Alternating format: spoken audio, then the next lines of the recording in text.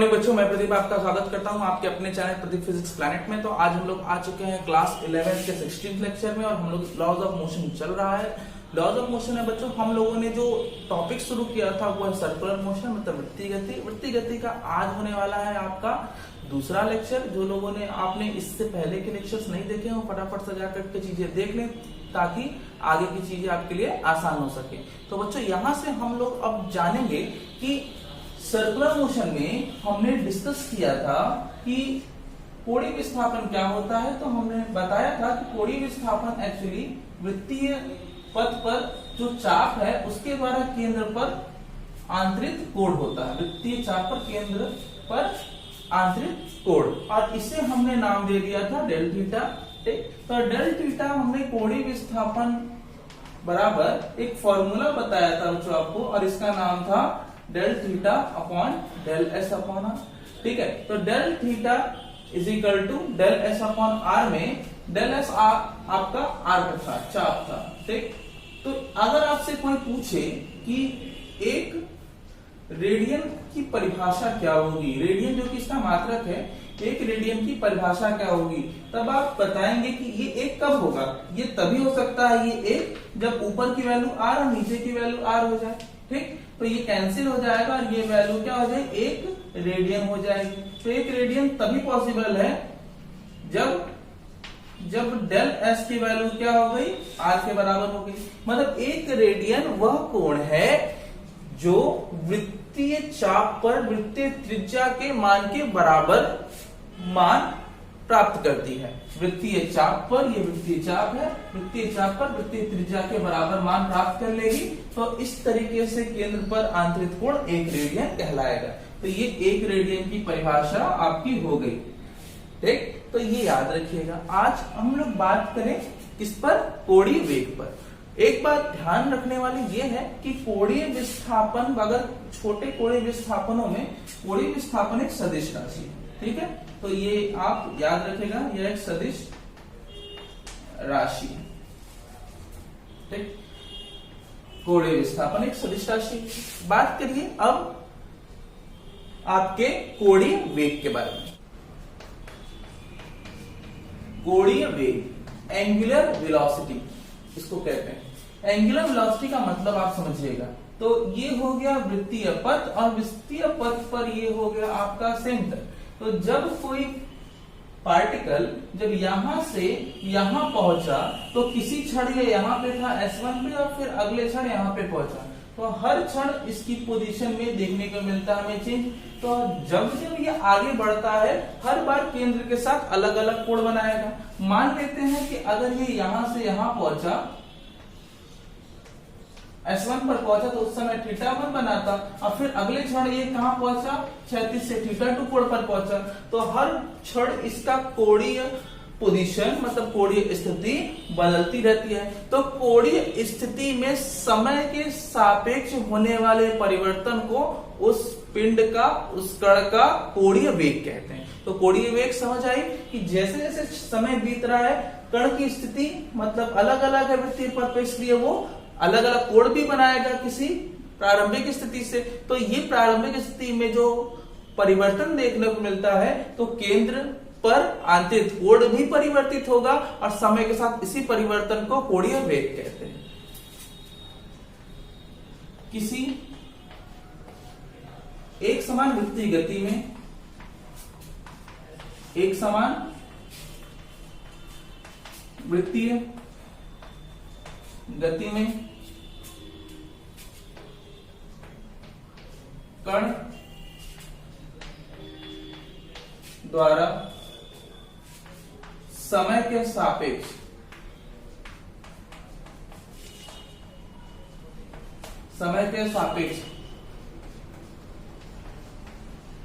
कोणीय स्थिति में परिवर्तन या कोणीय विस्थापन कह सकते हैं इसको, स्थिति में परिवर्तन कोणीय वेग कहलाता है।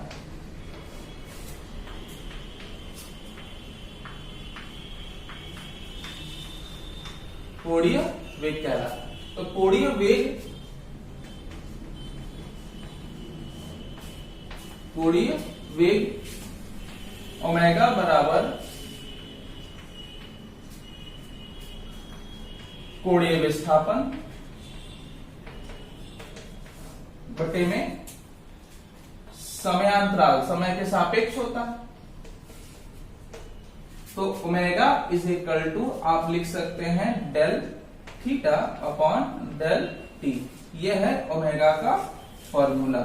याद रखिए, कोणीय वेग को समझना है तो मैं आपको बता दूं, अगर आपने ड्रिल मशीन देखी होगी जिससे हम लोग ड्रिल करते हैं, दीवारों में छेद वगैरह बनाते हैं, तो ड्रिल को घूमते हुए आपने देखा हो। तो जब ड्रिल घूमती है तो उसमें जो छोटे छोटे खांचे बने होते हैं, वो खांचे आपको कंटिन्यूअसली दिखते हैं कि वो बाहर की ओर आ रहे हैं, जबकि आपकी जो पतली बीट होती है वो अपनी एक्सिस पर घूमती है, लेकिन उसका जो डायरेक्शन आपको दिखाई देता है वो बाहर की ओर, और उसका प्रभाव भी देखने को मिलता है। अगर उस ड्रिल से, उस बीट से कोई पेंच लगा दे तो उस पेंच को वो टाइट कर देता है, मतलब अंदर की ओर ले जाता है। तो घूमने से उसका प्रभाव तल के लंबवत देखने को मिलता है। तो अतः कोणीय वेग एक सदिश राशि है।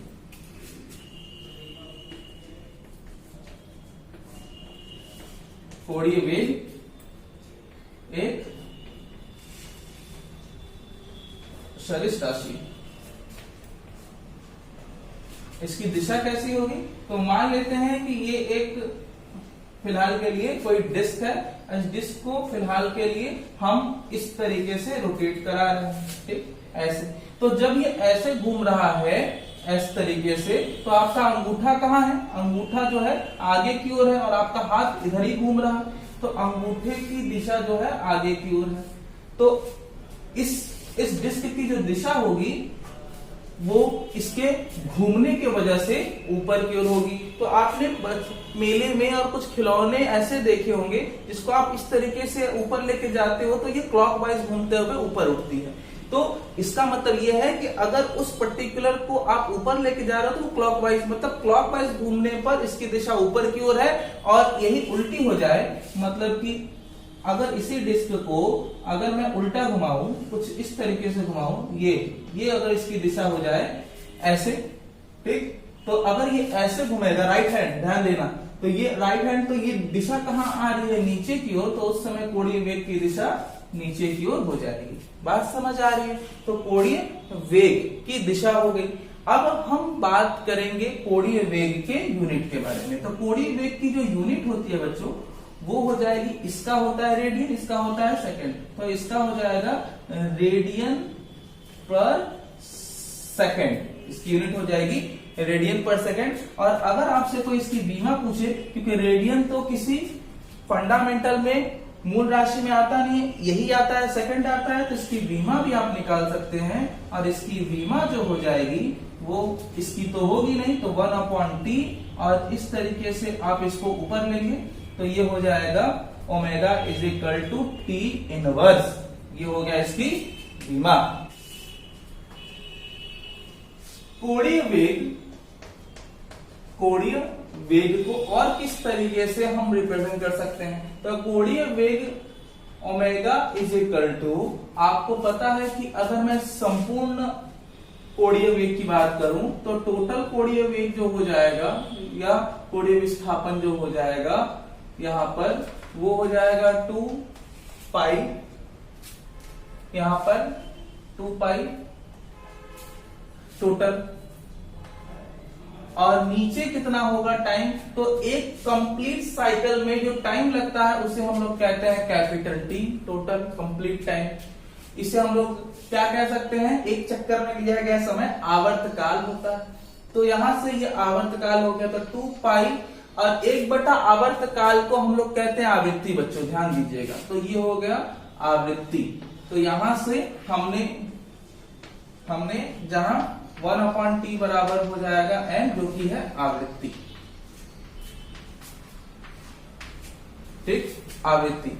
अब मैं बता दूं कि ऐसे क्वेश्चंस जो हैं, मान लीजिए किसी सिस्टम का कोणीय वेग निकालना होता है तो हम लोग इसी तरीके से निकालते हैं। जैसे फॉर एग्जांपल अगर आपसे पूछा गया कि कोई रिंग 10 चक्कर प्रति सेकेंड से घूम रहा है, इसका कोणीय वेग क्या होगा? इसका कोणीय वेग क्या होगा? तो इसका कोणीय वेग अगर आपसे पूछा जाए तो आपको बस इतना करना है कि n की वैल्यू आपको चक्कर प्रति सेकंड पता है, इसे कहते हैं आवृत्ति। अगर चक्कर प्रति सेकंड की जगह चक्कर प्रति मिनट होता तो मिनट को हम लोग यहाँ पे 60 सेकंड में बदल सकते थे, लेकिन ये चक्कर प्रति सेकंड है तो 60/1 एक ही सेकंड है, और इसे कहते हैं चक्कर प्रति सेकंड को आवृत्ति। तो n की वैल्यू हो गई प्रति सेकंड। अगर ये प्रति है और ये सेकंड, अगर ये बच्चों मिनट होगा तो हम 60 से इसको डिवाइड करके सेकंड में बदल देंगे। तो ये हो गया n की वैल्यू। अब अगर आपको ओमेगा निकालना है तो 2 पाई n में रख लीजिए, और यहां से आपने निकाल लेना है 2 पाई इंटू 10, ये आ जाएगा 20 पाई, और यूनिट हो जाएगा इसका रेडियन प्रति सेकंड। इसकी आपके उस रिंग की कोणीय वेग रेडियन प्रति सेकंड में 20 पाई आएगी। बात क्लियर?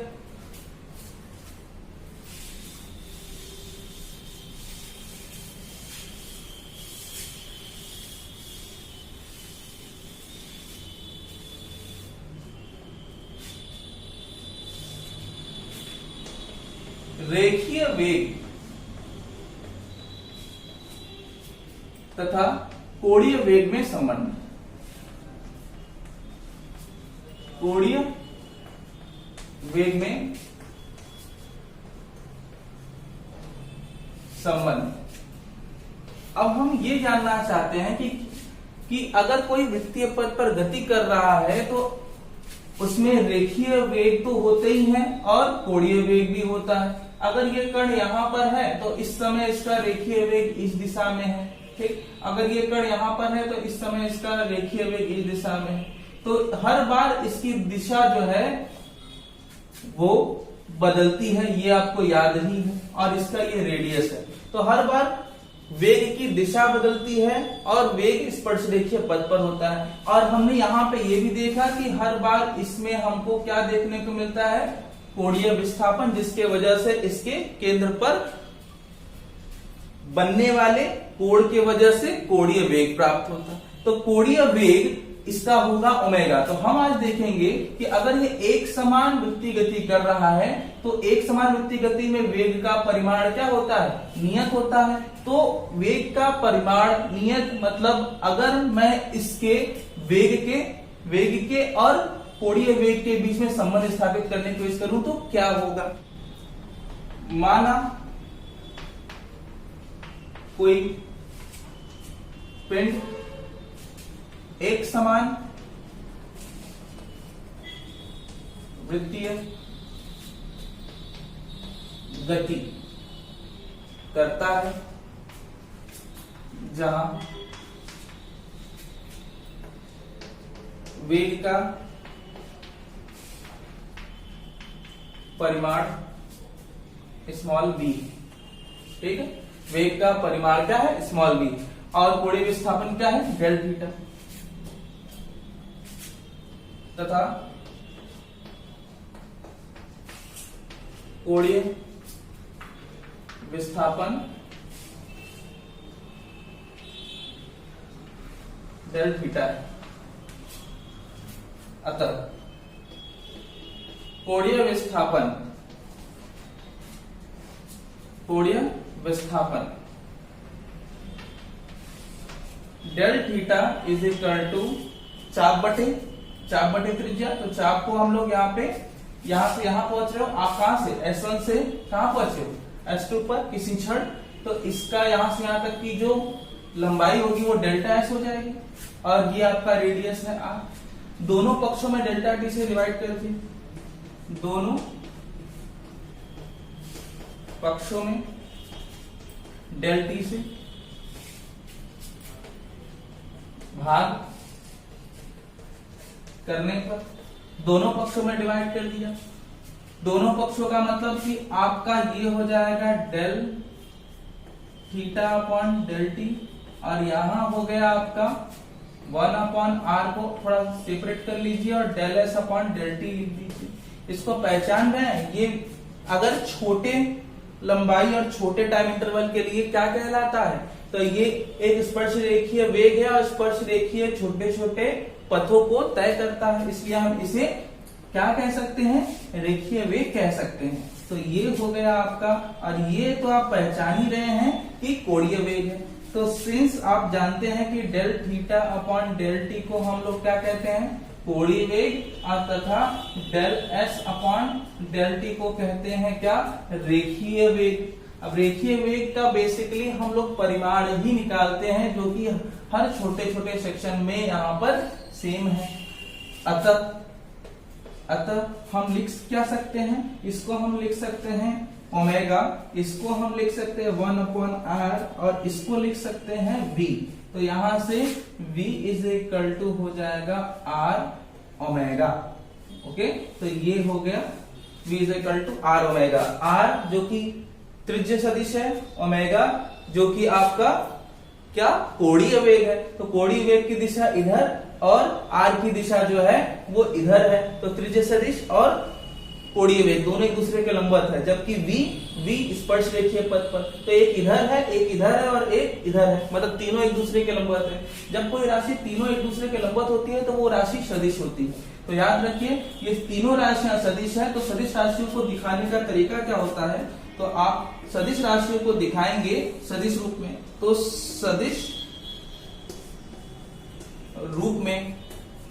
रूप में कैसे लिखा जाएगा, तो सदिश रूप में लिखने का तरीका हो जाएगा vector of v is equal to vector of r cross vector of omega.